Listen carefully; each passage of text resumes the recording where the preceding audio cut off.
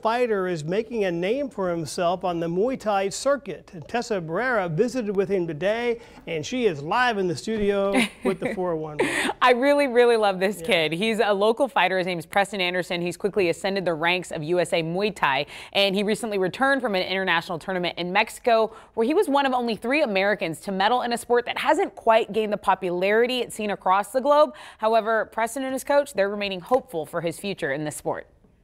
KO Sports Training Gym in Calallen is a no-frills sort of place.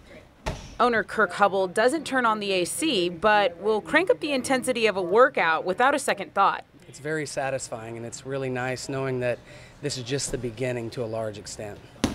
Kirk is referring to his style of teaching that has produced at least one prodigy for sure. 23-year-old Muy Thai fighter Preston Anderson. So I had to go in and dogfight him pretty much, make it as dirty as I could. That dirty dogfight was actually part of an international tournament in Mexico, where Preston delivered a leg-crumbling elbow to a Taipei fighter. You know, it was a clean knockout, and it was a great feeling. Yeah, didn't take any damage in that fight, so I was able to get in and out of there. Preston also had to get weighed before every fight and fight fighters with double-digit numbers under their belts.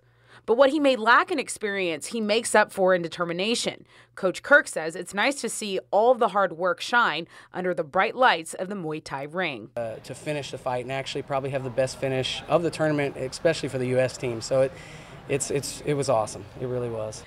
Preston's next competition will be later this year in Buenos Aires, Argentina, where again he will face competitors who get paid to fight and train for a living. But what most would easily call a disadvantage is put into a glass half full mentality by Coach Kirk.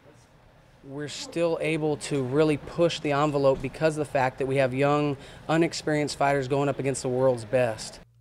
If all goes according to plan, Preston will compete again in May of 2019 at the international tournament, which will be held in Australia.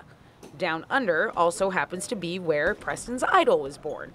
You know, Crocodile Hunter is a big inspiration of mine. Yes, you heard him right. I almost didn't. I think, are you talking about Steve Irwin? Yeah, he's the man. Rest in peace. God rest his soul. He's a beautiful man. Myself, I guess you could say it takes one to know one.